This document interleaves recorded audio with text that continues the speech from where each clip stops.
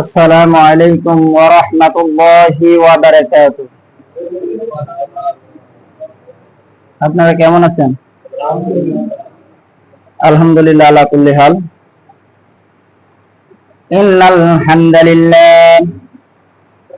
ইন্নাল হামদালিল্লাহি নাহমাদুহু ওয়া নাস্তাঈনুহু ওয়া নাস্তাগফিরুহু ওয়া নাউযু বিল্লাহি মিন শুরুরি আনফুসিনা ওয়া মিন সাইয়্যাতি আমালিনা।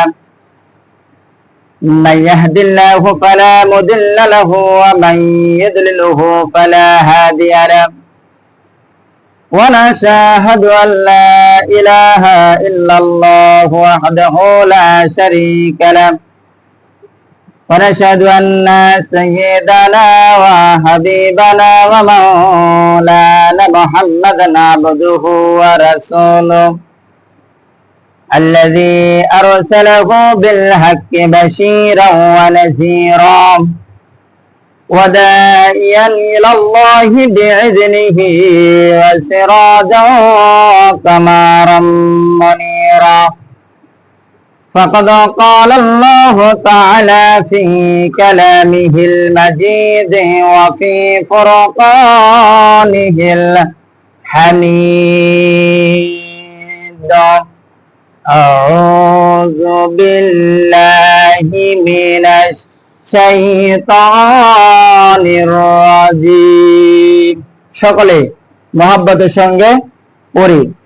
আউযু বিল্লাহি মিনাশ শাইতানির রাজিম। বিসমিল্লাহির রাহমানির রহিম। الذي خلق السبع سماوات طباقا ما ترى في خلق الرحمن من تفاوت فرجع البصر هل ترى من فطور ثم ارجع البصر كرتين ينقلب إليك البصر خشيا وهو حسير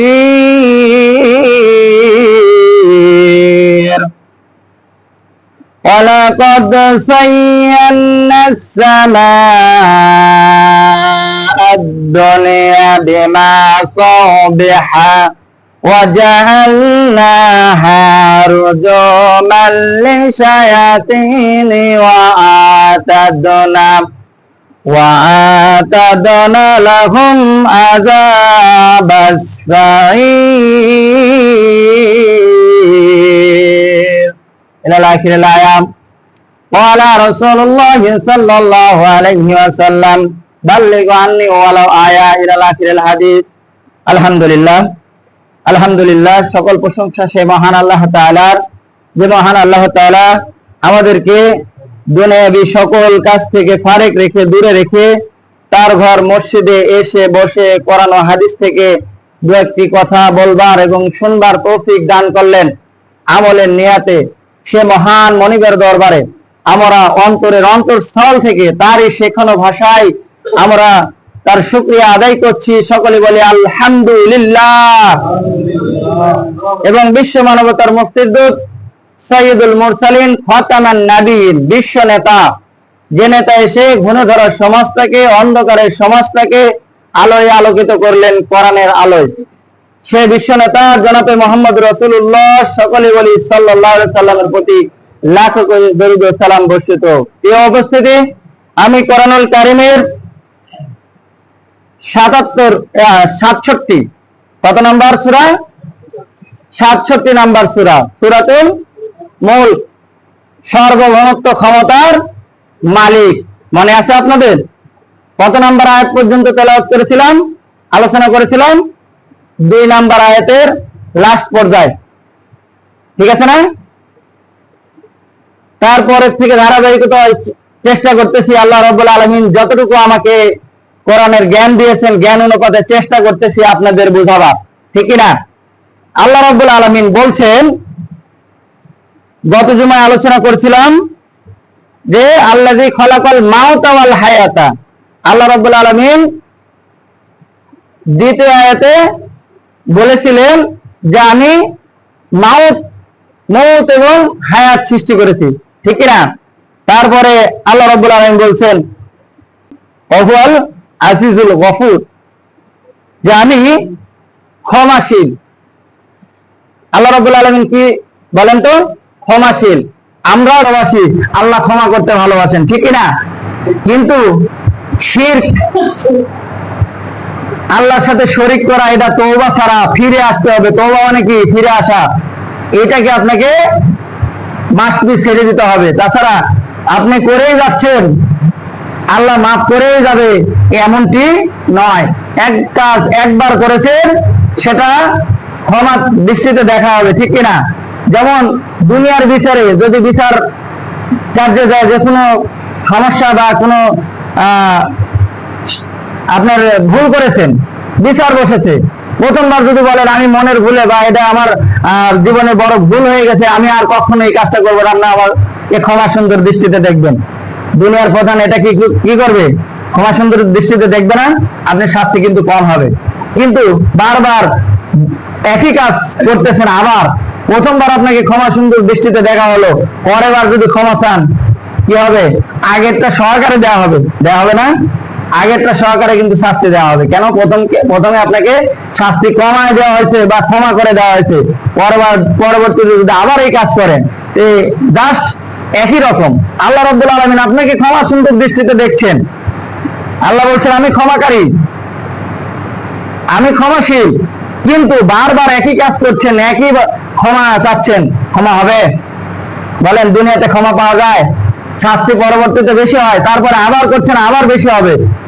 আল্লাহ রাব্বুল আলামিন ঠিক তেমনি ভাবেই আপনাকে আমাকে বলছেন ক্ষমা সুন্দর দৃষ্টিতে দেখবো, কিন্তু বারবার একই কাজ করছেন, ফিরছেন না, এর মানে কিন্তু তওবা না। এর মানে কি তওবা? এর মানে তওবা না। আসেন, আল্লাহ রাব্বুল আলামিন বলছেন, আমি সূরা মুলকের 2 নম্বর আয়াতে বলছেন, তিনি তো সেই পরম করুণাময় ও ক্ষমাশীল, তিনি ক্ষমা করবেন, কিন্তু বারবার একই কাজ করলে তিনি ক্ষমা করবেন না। তারপরে আল্লাহ রাব্বুল আলামিন 3 নম্বর আয়াতে বলছেন, আল্লাযী খালাকা সাবআ সামাওয়াতি তিবাকা মা তারা ফি খালকির রহমানি মিন তাফাউত ফারজি'ল বাসারা হাল তারা মিন ফুতুর। 3 নম্বর আয়াতে আল্লাহ রাব্বুল আলামিন বলছেন, তিনি কে? তিনি হচ্ছেন আল্লাহ তাআলা। তিনি বলছেন যে আমি কি তোমাদের সামনে 7 তবক আসমান, স্তরে স্তরে আসমান সৃষ্টি করি নাই? 7টি আসমান তৈরি করি নাই? এবং সেটাকে কি করেছি? একটার সাথে একটা সামঞ্জস্য রেখেছি। জোরে বলেন সুবহানাল্লাহ। আবার তিনি বলেছেন যে তোমরা কি চোখ দিয়ে দেখো না যে এই 7 তবক আসমান আমি কিভাবে সৃষ্টি করেছি? কোনো খুঁটি আছে? বলেন, এই আসমানের কোনো খুঁটি দেখতে পাই আমরা? খুঁটি দেখতে পাই না। আল্লাহ রাব্বুল আলামিন বলছেন এই 7 তবক আসমানের কোনো ত্রুটি, আমাদের চোখ যতদূর যায়, আমরা চোখ দিয়ে যতদূর দেখি, বলেন তো এই ক্যামেরা, এই যে মোবাইলে যে ক্যামেরা আছে, এই ক্যামেরা কি একটি মেমোরি কার্ড আছে না? একটি ধারণ শক্তি আছে না? এটা এক সময় কি হয়ে যায়? ফিল আপ হয়ে যায়। কিন্তু আপনার আমার যে ক্যামেরাটা আল্লাহ রাব্বুল আলামিন 2টা ক্যামেরা দিয়েছেন, 2টা ক্যামেরার নাম কি? বলেন বলেন বলেন, 2টা ক্যামেরার নাম কি? চোখ। সুবহানাল্লাহ, আল্লাহু আকবার। শুকরিয়া আদায় করে শেষ করতে পারবেন না। আল্লাহ রাব্বুল আলামিন 2টা চোখ দিয়েছেন, 2টা ক্যামেরা দিয়েছেন। একটা দিলেই তো হতো, একটা দিলে দেখা যেত না? একটা দিয়ে কিন্তু আমি দেখতে পাচ্ছি না? কিন্তু আল্লাহ রাব্বুল আলামিন 2টা দিয়েছেন কেন? সবকিছু 2টা 2টা করে দিয়েছেন, কারণ আল্লাহ রাব্বুল আলামিন বান্দার ভালো চান। ধরে বলেন সুবহানাল্লাহ। তো আমরা নিজের ভালো বুঝি না। যদি বুঝতাম তাহলে শুকরিয়া আদায় করতাম। আল্লাহ রাব্বুল আলামিন বলছেন, কেউ যদি শুকরিয়া আদায় করে তার নিয়ামত বাড়িয়ে দিই। ধরে বলেন সুবহানাল্লাহ। আমরা কি কখনো, আমাদের পিতামাতা কখনো কি পেটে থাকতে বলেছে যে আল্লাহ তুমি আমার ছেলের চোখ 2টা দিও? বলেছেন? মায়ের কাছে কখনো কি শুনেছেন? মা কিন্তু দাবি করে নাই, বাবা কিন্তু বলে নাই, বলছে আল্লাহ একটা সুন্দর সন্তান দিও, নেক সন্তান দিও। এই দোয়া অনেকেই করছি, ঠিক না?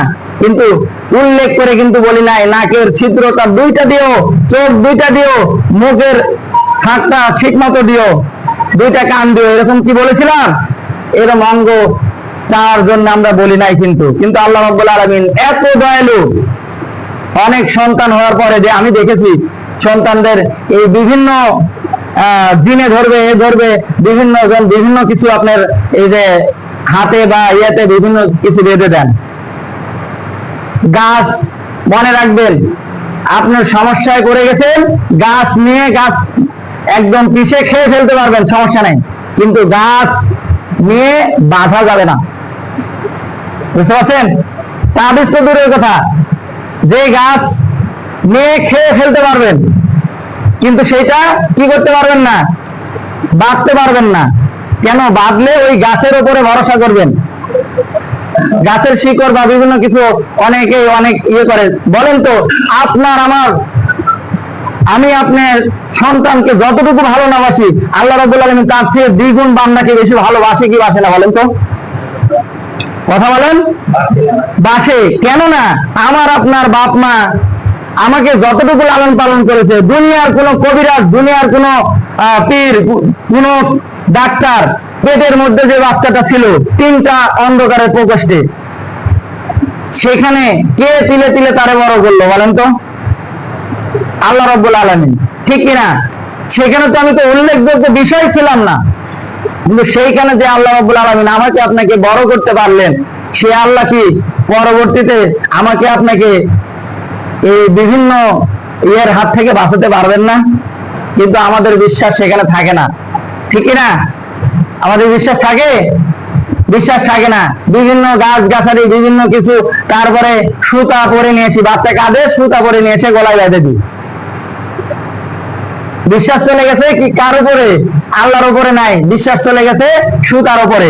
তাই আল্লাহ রাব্বুল আলামিন বলছেন, যেই যে আমি 7 তবক আসমান সৃষ্টি করেছি, তোমাদের দৃষ্টি, যে কথা বলছিলাম যে যেই যে 2টা ক্যামেরা দিয়েছে, এই ক্যামেরা আপনার সেই শিশু জীবন থেকে, যখন থেকে জ্ঞান বুদ্ধি হয়েছে তখন থেকে চোখ বুঝে ভাবেন তো, 4-5 বছরে যে জিনিসটা দেখেছেন, 50-60 বছর বয়স হয়ে গেছে, এখন কি সেই জিনিসটা চোখ বুঝলে একদম মনে হয় না যে ছোটবেলায় এই কাজটা করেছিলাম? মনে হয় না? মেমোরি কি ফুল হয়ে গেছে? বলেন, ফুল হয়ে গেছে? যাই নাই। এই যে আল্লাহ রাব্বুল আলামিন এই নিয়ামতের শুকরিয়া কিভাবে আদায় করবেন? আদায় করে শেষ করতে পারবেন? বলেন, শেষ করতে পারবেন? পারবেন না। আল্লাহ রাব্বুল আলামিন তাই বলছে, তোমাদের দৃষ্টি ফিরে আসবে, ক্লান্ত শ্রান্ত হয়ে যাবে।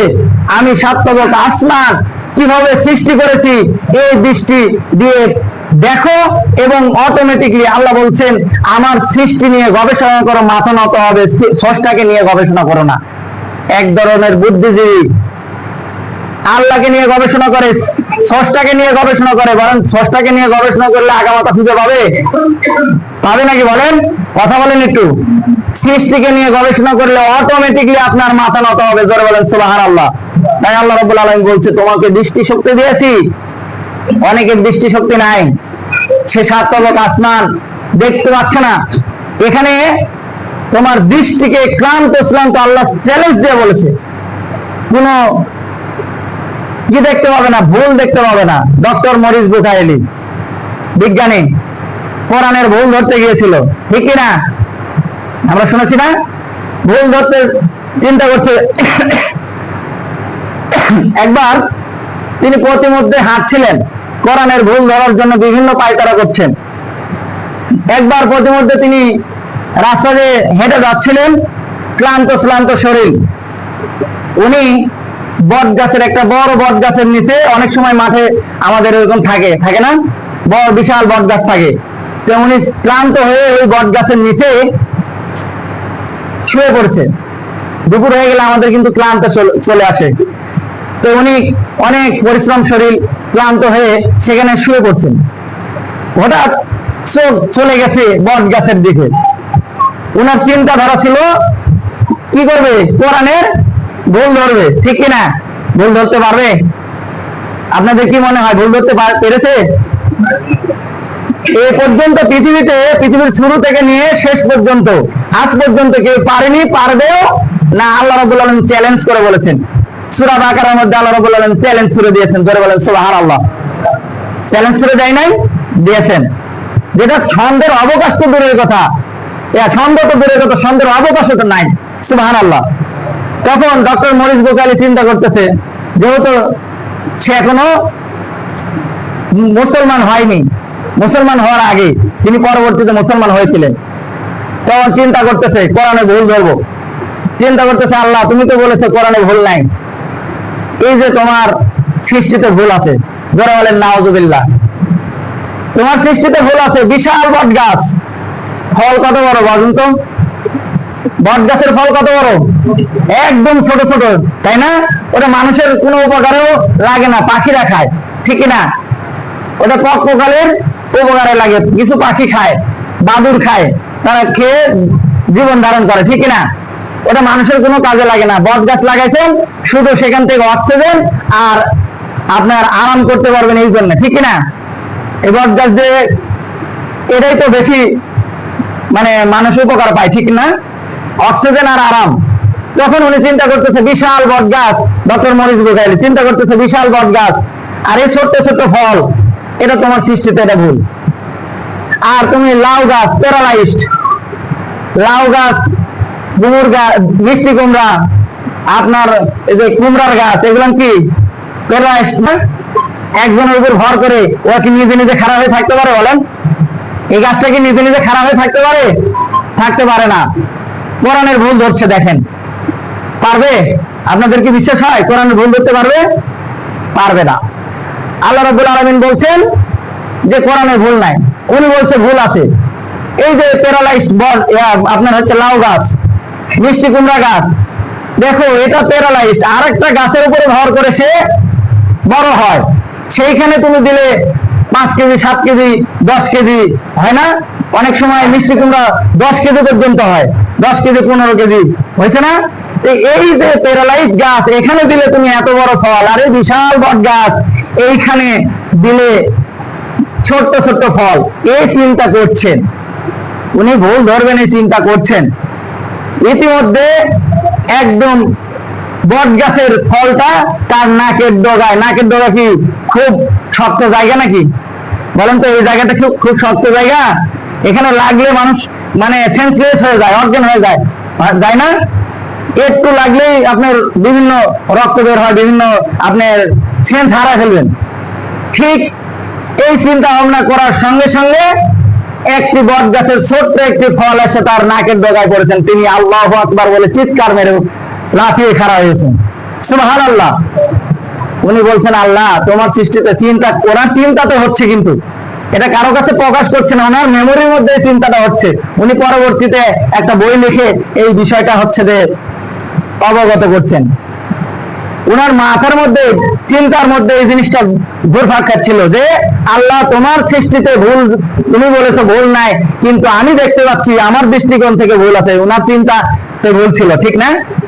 উনি চিন্তা করতেছে বট গাছ এখানে বড় বড় ফল হবে, আর লাউ গাছ এখানে সে তো আর একটা গাছের উপরে ভর করে বাসে খাড়া হয়, এই যে এটাতে তোমার ছোট ছোট ফল দেওয়া দরকার ছিল, তার চিন্তা এরকম।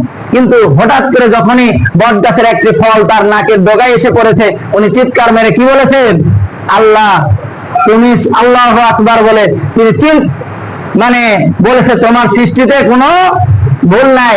ভুল ধরতে গেছিল কার বলেন তো?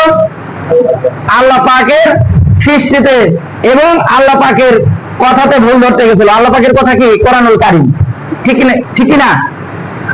এখন আমি আপনি অনেকে চিন্তা করতেছি দুনিয়াতে চলতে ফিরতে যখনই কোরআন যখন আমার পক্ষে থাকে, আমি ধরেন নামাজ পড়তেছি, কোরআন আমার পক্ষে আছে না? কোরআনে বলছে কি নামাজ পড়ো, নামাজ কায়েম করো, এই কাজটা আমি করতেছি, কোরআন আমার পক্ষে আছে। কিন্তু যখনই পারিবারিক জীবনে স্ত্রী পর্দায় রাখা লাগবে, ছেলে মেয়েকে দিনই শিক্ষা দিতে হবে, এখানে তখন চিন্তা করতেছি দিনই শিক্ষা দিলে তো আপনার মাদ্রাসায় যা অনেক দুঃখজনক হলো সত্য, অনেক লোকজন বলে মাদ্রাসায় শিক্ষা নাকি ভিক্ষা শেখানো। বলেন তো, এমবিবিএস পাস করে আর মাস্টার ডিগ্রি পাস করেছে এরকম ছেলেগুলো অনেক আছে না? অনেক আছে কিনা? আল্লাহর কোরআনে যে রহমত আছে, একজন হাফেজ, একজন কারি, তার জীবিকা অর্জন হচ্ছে না, দাঁড়ে দাঁড়িয়ে ঘুরতেছে, এরকম কি আছে? বলেন এলাকায় আছে? আল্লাহ রাব্বুল আলামিন বলছে কোরআনটা রহমত, ধরে বলেন সুবহানাল্লাহ। কিন্তু তারপরেও আমাদের মনে যেন বিশ্বাস নাই। কোরআন নামাজ পড়তেছি, কোরআন আমার পক্ষে, তখন আমি কোরআনকে মেনে নিচ্ছি। কোরআন যখন আমার বিপক্ষে, যখন আমি সুদ খাচ্ছি, যখন আমি ঘুষ খাচ্ছি, যখন আমার পারিবারিক নীতিতে, যখন আমার স্ত্রীকে পর্দা রাখা লাগছে, বলছে যে পর্দার নামে, মেয়েরা বলছে পর্দার নামে আমাকে কি করছে, অধিকার নষ্ট করছে। আসলে কোরআন কি কারো অধিকার নষ্ট করে? বলেন তো, কোরআন কারো অধিকার নষ্ট করে না অধিকার ফিরিয়ে দেয়? বলেন, কথা বলেন একটু। অধিকার ফিরিয়ে দেয়, কেননা আল্লাহ রাব্বুল আলামিন বলছেন মেয়েদেরকে সম্মানের স্থানে রেখেছি। এই যে আগের জীবনে, আগের আমার দাদাদের কাছ থেকে শুনেছি বা বড় আব্বার কাছ থেকে শুনেছি যে মেয়েদেরকে বিয়ে করার জন্য পণ দেওয়া লাগতো, ঠিক না বাবা? পণ দিয়ে বিয়ে করা লাগতো। কেন? এইভাবে পর্দা সারা মেয়েরা চলাফেরা, এইভাবে এখন যে জামানায় চলাফেরা করে এইভাবে চলাফেরা করতো না। এইভাবে খোলামেলা ছিল বাবা? ছিল নাকি? ছিল না। যার কারণে কোলা ধরেন আপনি শিলা যদি বাজারে নেন, মাছি বসবে না? ওই কোলা কি কেউ কিনবে? আর আপনি যদি চোখা সহকারে সেখানে দেখা যাচ্ছে যে সুন্দর একটা গামছা বা সুন্দর তাকে আরেকটা বেষ্টন দিয়ে নিয়ে বাজারে নিয়ে যান, পাকা কলা সুন্দর একটা বেষ্টনের মধ্যে নিয়ে গেছেন, কেউ হাত দেয়নি, সর্বপ্রথম খোলার সাথে সাথে দেখা যাচ্ছে 2-3টা কাস্টমার আপনার ইয়ে করবে। আর সিলে নিয়ে গেলে কি আসবে? নেবে? আপনি যদি 10 টাকার কলা যদি 5 টাকা দিয়ে দেন, নেবে? নেবে না। যার কারণে কোরআন বলছে মেয়েদেরকে বোরকার নামে তাদেরকে অধিকার ক্ষুণ্ণ করা হয়নি, বরং তাদের সম্মান বাড়ানো হয়েছে। জোরে বলেন সুবহানাল্লাহ।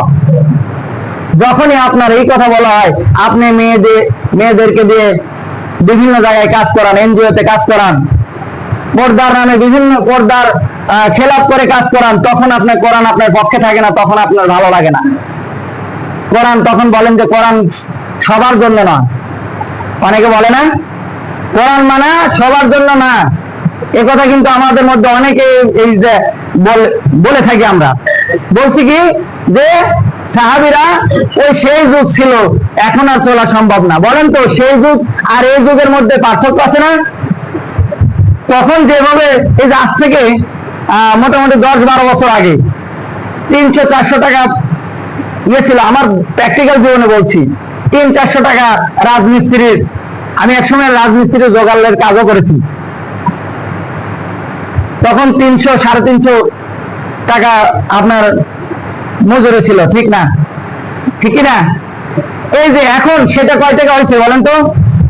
500 টাকা, সর্বনিম্ন 500 টাকা, 500-700, এই যে দিন মজুর এত টাকা বেশি, যে 100 টাকা 150 টাকা 100 টাকা বা 200 টাকা বেশি হয়েছে। এই বেশি হওয়ার পরেও কি সংসার চালাতে যে হিমশিম খেয়ে যাচ্ছি না আমরা? কেননা আল্লাহ রাব্বুল আলামিন বলছেন যে তোমার রিজিকে বরকত দেওয়ার মালিক আমি, টাকা পয়সার মধ্যে সুখ আর শান্তি নাই। এটা আপনি কোথায় পাবেন? সূরা তাহার 124-25 নম্বর আয়াত, 26 নম্বর আয়াতে, ওমান আরাদা আন যিকরি ফাইন্না লাহু মাঈশাতান দানকা ওয়া নাহশুরু ইয়াওমাল কিয়ামাতি আমা ওয়ালা রাব্বি লিমা হাশারতানি আমা ওয়া ক্বাদ কুনতু বাসীরা ওয়ালা কাযালিকা আতাতকা আয়াতুনা ফানাসিতাহা ওয়া কাযালিকা ইয়াওমা তুনসা। আল্লাহ রাব্বুল আলামিন বলছেন যে দুনিয়াতে টাকার মধ্যে সুখ শান্তি নাই। যতই তুমি টাকা উপার্জন করো সেখানে তোমাকে কি করতে হবে? তোমাকে সুখ আর শান্তি খুঁজে পাবে না, শুধু তোমার দুনিয়ার জীবনটা সংকীর্ণ করে দিব যদি তুমি কোরআনের পক্ষে না থেকে দূরে চলে যাও। তাহলে আমি আপনি ডক্টর মরিস বুকাইলি কোরআনের ভুল ধরতে যে সেইখানে যখন নাকের ডগার উপরে যখন টপ করে একটি বট গাছের ফল এসে পড়লো, তখন তিনি আল্লাহু আকবার বলে বলছে আল্লাহ তোমার সৃষ্টিতে ভুল নাই, কেননা তুমি এই বট গাছ মানুষের আরামের জন্য আর অক্সিজেনের জন্য তৈরি করেছো, এই বট গাছে ফল দেওয়ার জন্য তৈরি করে নাই। আর লাউ গাছটা তৈরি করেছিলে তোমার ফল দেওয়ার জন্য। যার কারণে আজকে যদি এই বট গাছের মতো গাছে যদি লাউয়ের মতো মিষ্টি কুমড়ার মতো এত বড় বড় একটি ফল যদি এসে ধরতো, আর ওইটা যদি আমি ডক্টর মরিস বুকাইলির নাগের ডগায় যদি এসে পড়তো, তাহলে আমি এইখানেই কি হতাম, শেষ হয়ে যেতাম। অতএব তোমার সৃষ্টিতে ভুল নাই। আমি বোঝাচ্ছিলাম যে আপনার পক্ষে যখন কোরআন কথা বলে তখন আপনি কোরআনটাকে ভালো লাগে, যখন কোরআনটা আপনার বিপক্ষে চলে যায় তখন যেন আপনি কোরআনের কাছ থেকে সরে আসবেন না, কোরআনকে আঁকড়ে ধরবেন। কথাটা হচ্ছে এটা বোঝাচ্ছিলাম আমি। ডক্টর মরিস বুকাইলি পরবর্তীতে কোরআনের ভুল ধরতে যায়, তেনার জীবনের ভুল ধরা করে তিনি মুসলমান হয়ে গেছেন। কিন্তু আমরা নামে মুসলমান, বাপ মুসলমান, দাদা মুসলমান, আমিও মুসলমান। এই মুসলমান হলে কাজ হবে? বলেন মুসলমান, এই মুসলমান হলে কাজ হবে? কাজ হবে না। কেননা আল্লাহ রাব্বুল আলামিন বলেছেন তোমাদের জন্য কি করেছি, জান্নাত এবং জাহান্নাম সৃষ্টি করেছি। জোরে বলেন সুবহানাল্লাহ। যদি এরকম মুসলমান, বাপ মুসলমান, দাদা মুসলমান, তাই আমিও মুসলমান, এইরকম মুসলমান হই, আর মুসলমানের মতো আমাদের ভিতরে কাজ না থাকে, আমরা যেন কোরআনের ভুল ধরার ব্যস্ত হয়ে আছি, এইরকম যদি মুসলমান হই, আমরা জাহান্নামে যাব না জান্নাতে যাব? কোথায় যাব বলেন? ইকরা কিতাবা কাফা বিনাফসিকা ইয়াওমা আলাইকা হাসিবা। আপন কর্মের রেকর্ড পড়ো, আজ তোমার হিসাব দেওয়ার জন্য তুমি নিজে যথেষ্ট। হিসাব করতে পারবো? বলেন পড়তে পারবো? করতে পারবো না। ঠিক আল্লাহ রাব্বুল আলামিন তাই বোঝাচ্ছেন যে তোমাদের যে দুইটা স্যাটেলাইট দিয়েছিলাম, তোমাদের চোখ নামক দুইটা ক্যামেরা দিয়েছিলাম, এইটা দিয়ে তোমরা পৃথিবীতে দেখো, আমার সৃষ্টি দেখো, অটোমেটিক মাথা নত হবে। জোরে বলেন সুবহানাল্লাহ। এই যে আসমান জমিন, 7 তবক আসমান রয়েছে, ঠিক কিনা? এখানে দেখেন এই যে একটা পৃথিবীর থেকে সূর্য কত লক্ষ গুণ বড় বলেন তো? হ্যাঁ, 13 লক্ষ গুণ বড়। মাশাআল্লাহ, আল্লাহু আকবার। তাহলে আল্লাহ রাব্বুল আলামিন কোরআনুল কারীমের অন্যথায় যে সিংহায় ফুৎকার দেওয়ার কথা বলা হয়েছে না, দুনিয়াটাকে আমি কম্পন সৃষ্টি করব। কিয়ামতের সময় কি হবে? কম্পন সৃষ্টি করবে। বলেন তো কম্পনের দরকার হবে? আল্লাহ রাব্বুল আলামিন কম্পন সৃষ্টি করার কোনো দরকার ছিল? কিন্তু তারপরেও আমাদেরকে আপনাদেরকে ভয় দেখাচ্ছেন যে বান্দা ফিরে যেন আসে। সুবহানাল্লাহ। কোন কম্পন সৃষ্টি করার কিছু দরকার ছিল না, শুধু পৃথিবীতে সূর্যটা একদম ছেড়ে দিবে আল্লাহ। পৃথিবী থেকে কত লক্ষ গুণ বড়? 13 লক্ষ গুণ বড়। সবচেয়ে কাছে যে তারকা আছে, এ তারকা সূর্য থেকে কোটি কোটি গুণ বড়। সুবহানাল্লাহ। তাহলে আল্লাহ রাব্বুল আলামিন বলছে আমি একটার পর একটা ফেলাতে থাকবো। কি অবস্থা হবে বলেন তো? আমাকে আপনাকে খুঁজে পাওয়া যাবে? তারপরে আবার বলছেন আমি কম্পন তৈরি করব, মানুষ পৃথিবীতে যা আছে সব উঠলে দিবে, কম্পন সৃষ্টি হবে, তুলার মতো উঠতে থাকবে, আর ওই ওপর থেকে সেটা পড়তে থাকবে, নিচের থেকে এগুলো আপনার হালকা হয়ে তুলার মতো উঠতে থাকবে।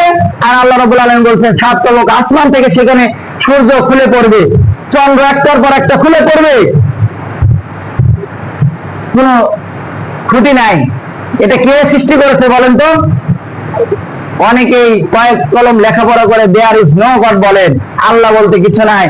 পৃথিবী নাকি, আসমানটা নাকি অনেক দূরে দেখা যায়, তাই নীলা। শুধু এটা কি তাই? বলেন তো এটা কি তাই? সামান্য একটা সুচ যেটা খেতা সেলাই করে আমার মা বোনেরা, এটা তৈরি করতে, এটা কি আপনার নলেজে ধরে যেটা এমনি এমনি হয়ে গেছে? একটি আপনার এই যে তার, চিকন তার নিয়ে যা বাসাতে রাখেন, ওটা কি এমনি এমনি কেটে আবার এক সাইডে মানে চোকা আর এক সাইডে আপনার হচ্ছে ছিদ্র, এরকম কি এমনি এমনি হবে বলেন? এটা কেউ না কেউ তৈরি করছে না? তাহলে এই যে বিশাল আসমান, বিশাল জমিন, এই যে তারকা, এই যে সূর্য, এগুলো কেউ না কেউ আছে না? সৃষ্টিকর্তা কেউ না কেউ আছে না? অবশ্যই আছে। তাই আল্লাহ রাব্বুল আলামিন বলছেন যে তোমাদের দৃষ্টি দিয়ে দেখো। তারপরে মিল্কি ওয়ে, গ্যালাক্সি, এগুলো আল্লাহ রাব্বুল আলামিন একটার থেকে একটা অনেক বড় বড়, ঠিক কিনা? এই যে ব্ল্যাক হোল, আল্লাহ রাব্বুল আলামিন বলেছেন ইয়াসিন ওয়াল কুরআনিল হাকিম, বিজ্ঞানময় কোরআন। জোরে বলেন সুবহানাল্লাহ। কোরআনে বিজ্ঞান আছে না? কোরআনে বিজ্ঞান আছে। মিল্কি ওয়ে, গ্যালাক্সি, এই যে ব্ল্যাক হোল, এই ব্ল্যাক হোলের কাছে এক সময় পৃথিবীটা কি গোলাকার না? এই সব কিছু ঘুরতেছে। সুবহানাল্লাহ। আল্লাহ রাব্বুল আলামিন সবকিছু একটি বিস্ফোরণের মাধ্যমে এটা মহাবিশ্ব সৃষ্টি করলেন, আর এটাকে আপনার কিয়ামত পর্যন্ত প্রশস্তিত করতে থাকবেন। ধরে বলেন আল্লাহু আকবার, সুবহানাল্লাহ।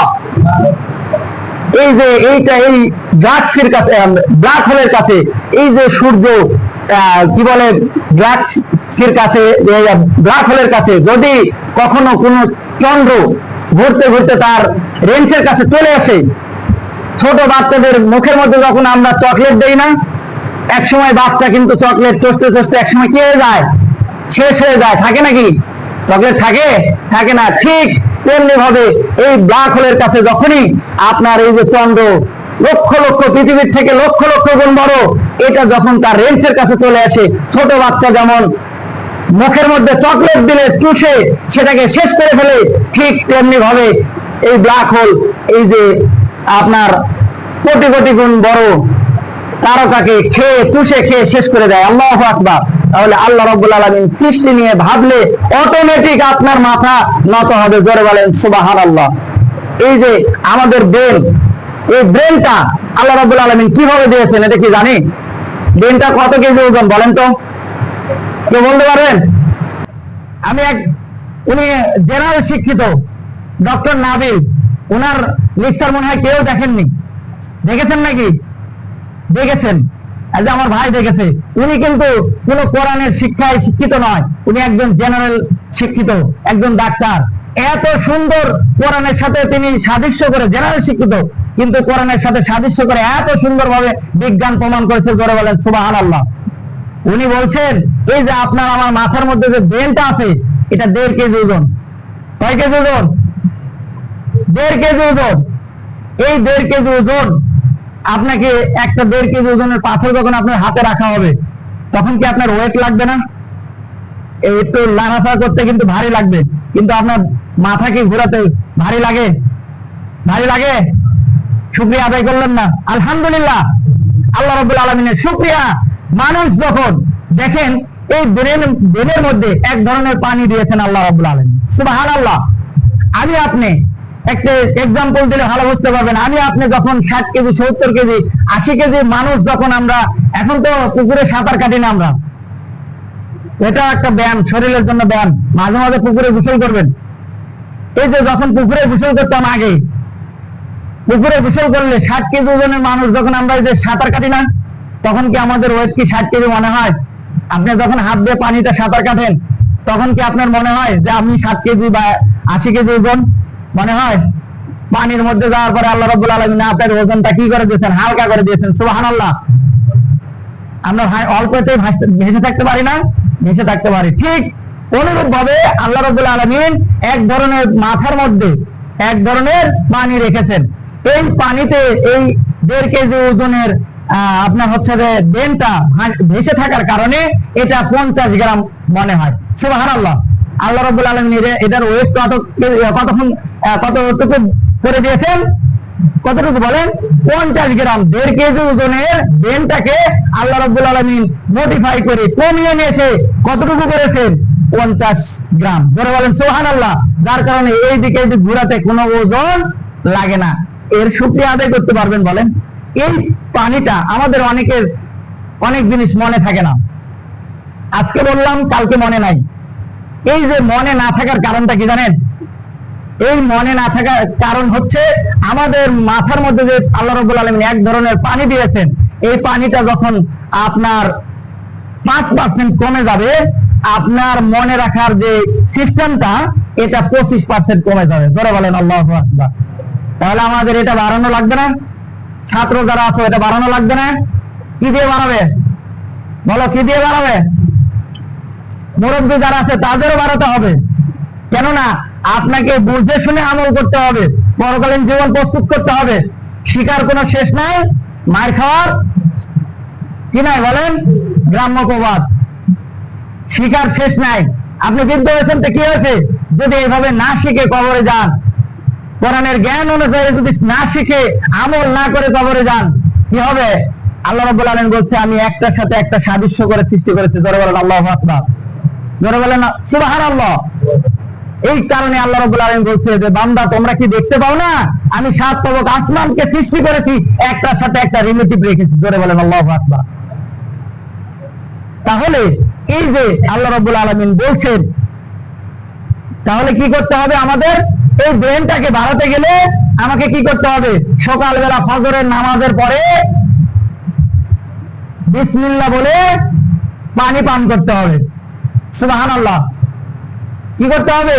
খালি পেটে পানি পান করতে হবে, 2 গ্লাস করে পানি পান করতে হবে কমপক্ষে। তাহলে কি এই ব্রেনের মধ্যে যে পানিটা আছে এই পানিটা কে বাড়িয়ে দিবে বলেন তো? আমরা কি বাড়াতে পারবো? বলেন বাড়াতে পারবো? এটা আল্লাহ রাব্বুল আলামিন, আমি আপনি আল্লাহর শুকরিয়া আদায় করে খাবো, এইটাকে আল্লাহ রাব্বুল আলামিন সিস্টেম অনুযায়ী ব্রেনে নিয়ে যায় পানি বৃদ্ধি করে দিবেন। সুবহানাল্লাহ। তাহলে কি করবো মনে থাকবে? সকলে ফজরের নামাজের পরে 2 গ্লাস করে খালি পেটে পানি খাবো। কি বলে? পানি পান করার পরে কি বলবো? আলহামদুলিল্লাহ, বিসমিল্লাহ বলে খাবো। আর খাওয়ার শেষে কি করবো? আল্লাহ শুকরিয়া আদায় করবো, আলহামদুলিল্লাহ। তাহলে আল্লাহ রাব্বুল আলামিন শুকরিয়া আদায় করলে আল্লাহ রাব্বুল আলামিন নিয়ামত বাড়িয়ে দেন। এই যে মাথার মধ্যে যে পানিটা আছে এটা কি নিয়ামত নয়? তাহলে এইটা যত আপনার বাড়তে থাকবে, যত ভালো থাকবে, তত আপনার কি হবে? আপনার মনে থাকবে দুনিয়াতে আসি শুধু কি পরকালীন জীবনে উপকার পাবো না এহকালে উপকার পাবো বলেন তো? যারা ব্যবসায়িক আছি, অনেক সময় ওই যে ভাই আমার সাধু ভাই আছে, অনেক সময় মাছ বিক্রি করতে করতে মনে থাকে না লিখার কথা, মনে থাকে না, এরকম হয় না? কিন্তু ওটা যদি আপনার ব্রেনে ক্যাচ থাকতো তাহলে কি আপনার লেখা লাগতো না? আপনার ব্রেনটা সুস্থ রাখার জন্য আপনাকে কাজ করতে হবে না? কাজ করতে হবে। তাহলে আমার মনে থাকার বিষয়টা আল্লাহ রাব্বুল আলামিনের শুকরিয়া আদায় করলে আমার নিয়ামত কি? মনে থাকার নিয়ামত বাড়িয়ে দিবে। আমার ওটা দুনিয়াতে কাজে লাগবে, পরকালেও কাজে লাগবে। জোরে বলেন সুবহানাল্লাহ। আল্লাহ রাব্বুল আলামিন তারপরে আয়াতে বলছেন, সময় খুব সংকীর্ণ, যাই হোক পরবর্তীতে আলোচনা করা যাবে ইনশাআল্লাহ। আল্লাহ রাব্বুল আলামিন আমি যা বললাম, এই যে কোরআনটা যে বিজ্ঞানময় কোরআন, যেভাবে বুঝালাম, আমি শারীরিক একটু অসুস্থ, হচ্ছেন, খুব একটা ভালোভাবে কথা উপস্থাপন করতে পারলাম না। শারীরিক আপনারা দোয়া করবেন আল্লাহ যেন আমাকে খুব দ্রুত সুস্থতা দান করেন। যা বললাম আল্লাহ রাব্বুল আলামিন সর্বপ্রথম আমাকে, তারপরে আপনাদেরকে যতটুকু জ্ঞান আল্লাহ দিয়েছেন সেই জ্ঞান অনুপাতে কোরআন থেকে দুনিয়াবি দিয়ে যেন আপনাদেরকে বাস্তব প্র্যাকটিক্যাল বোঝানোর তৌফিক আল্লাহ রাব্বুল আলামিন দেন। যা বলেছি সর্বপ্রথম আল্লাহ রাব্বুল আলামিন আমাকে, তারপরে আপনাদের সকলকে কোরআন বুঝে কোরআনের পক্ষে দলিল, কোরআনটা আমাদের পক্ষের দলিল হিসেবে যেন আমরা পুঁজি হিসেবে আমল করতে পারি। আল্লাহ রাব্বুল আলামিন সর্বপ্রথম আমাকে, তারপরে আপনাদের সকলকে সেই অনুপাতে আমল করার তৌফিক দান। সকলে বলে আল্লাহুম্মা আমিন। ওয়া মা আলাইনা ইল্লাল বালাগ। আসসালামু আলাইকুম ওয়া রাহমাতুল্লাহি ওয়া বারাকাতুহু।